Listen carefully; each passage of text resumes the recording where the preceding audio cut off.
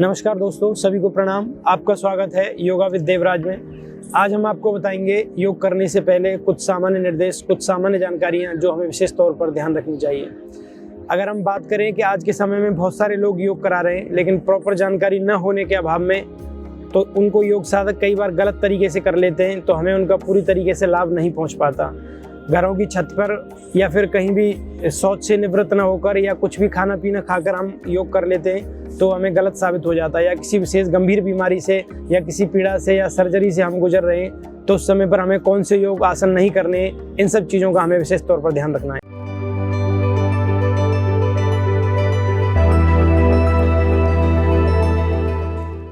सबसे पहले हम बात करेंगे समय की।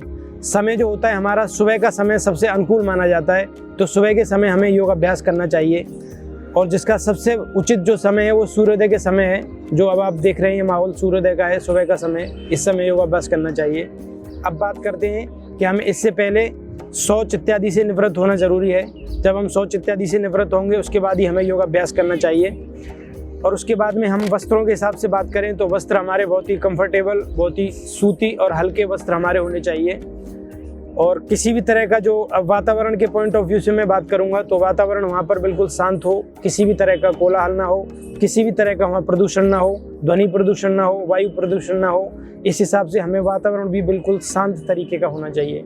अब हम दूसरे पॉइंट ऑफ व्यू से बात करेंगे तो इसमें हम बताएंगे कि अगर हम किसी पीड़ा से, किसी सर्जरी से अगर हम गुजर रहे हैं, किसी विशेष बीमारी से जो हृदय से संबंधित है, उच्च रक्तचाप है या कोई भी हमारी सर्जरी हुई है, तो उस समय हमें अपने डॉक्टर की सलाह के मुताबिक ही योग करना है या अपने किसी योग विशेषज्ञ की देखरेख में ही हमें योग करना है ताकि हम उसका पूरा उचित लाभ उठा सकें। अब योगाभ्यास करते समय हमें किन बातों का ध्यान रखना है? जब हम योगाभ्यास कर रहे हैं तो हमें अपने शरीर को किसी भी तरह के झटके से बचाना है और हमें हमेशा सांस को नासारंध्रों से ही लेना है और नासारंध्रों से ही छोड़ना है। जब तक कि आपको कोई ऐसा विशेष निर्देश ना मिले, सांस को आपको बीच में रोकना नहीं है। योगाभ्यास करने के बाद में आपको क्या क्या बातें ध्यान रखनी है? योगाभ्यास करने के बाद में आपको कम से कम 20 से 30 मिनट के बाद ही भोजन ग्रहण करना है और कम से कम 20 से 30 मिनट बाद ही हमें स्नान करना है। ये सब चीज़ें हमें विशेष तौर पर ध्यान रखनी होंगी जो योगाभ्यास करने से पहले और करने के बाद और करते समय, ये तीनों पॉइंट ऑफ व्यू से हमें चलना होगा, तभी आप उसका उचित लाभ उठा सकेंगे। यही एक योगाभ्यास के लिए सबसे पहले ज़रूरी है इन चीज़ों के बारे में जानना। मान लीजिए अगर किसी भी पॉइंट ऑफ व्यू से हम देखेंगे सुबह का टाइम हम नहीं दे सकते, कोई योग साधक नहीं सुबह योग करना चाहता, तो शाम के समय में भी योग कर सकता है। लेकिन शाम के समय में भी कम से कम उसने भोजन 4 से 5 घंटे पहले ग्रहण किया हो, या कुछ लिक्विड फॉर्म से अगर बात करें तो लिक्विड थोड़ा सा पहले उसने 2 से ढाई घंटे पहले लिया हो। सुबह और शाम का समय भी इसके लिए उचित होता है, लेकिन सबसे उचित जो समय होता है वो सुबह का होता है। सुबह के समय योगाभ्यास सबसे बेहतर माना जाता है और शाम के समय में भी हम कर सकते हैं, लेकिन भोजन का विशेष तौर पर हमें उसमें ध्यान रखना है। और ध्यान की अगर हम बात करें, ध्यान या योग निद्रा की, अपने आप को रिलैक्स करने की, तो ये हम किसी भी समय कर सकते हैं। ध्यान से और योगाभ्यास से उससे तात्पर्य नहीं। जिम की अगर हम बात करें तो जिम से जैसे हम देखें तो कुछ हल्का फुल्का खा पी के भी लोग उसमें करने जा सकते हैं, लेकिन योगाभ्यास जो हमारे इंटरनली ऑर्गन्स के लिए होता है विशेष तौर पर, तो हमारे इंटरनली ऑर्गन्स के लिए होता है, तो हमें इसमें खाली पेट रहना बहुत ज़रूरी होता है, तभी हमारे इंटरनली ऑर्गन्स की एक्सरसाइज हो पाएगी। ये हमारे मन की, हमारे शरीर की और हमें इमोशनल रूप से मजबूत करने के लिए एक एक्सरसाइज होती है।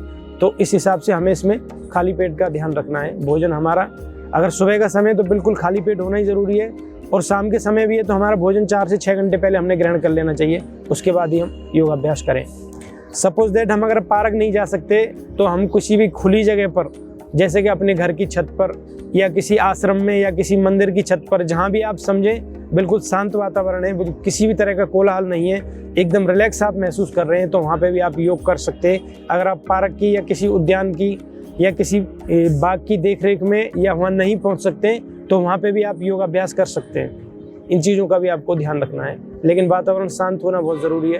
ध्वनि प्रदूषण ना हो, वायु प्रदूषण ना हो और किसी भी तरह की गंदगी वहाँ पर ना हो।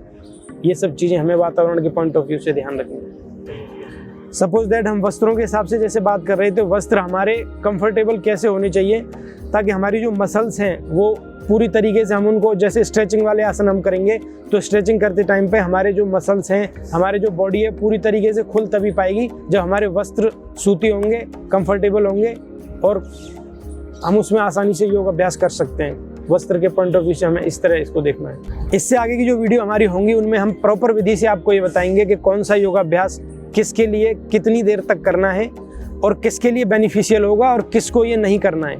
इसमें हमारी पूरी सीरीज़ होगी और अभी तीसरी जो सीरीज होगी उसमें आप हमारा जो तीसरा वीडियो होगा उसमें आप देखेंगे कि किस तरीके से हम उसको एज ए सीक्वेंस वाइज बिल्कुल लेके चलेंगे। तो आज की जो हमारी थी वो सामान्य निर्देश की बात थी। नमस्कार सभी।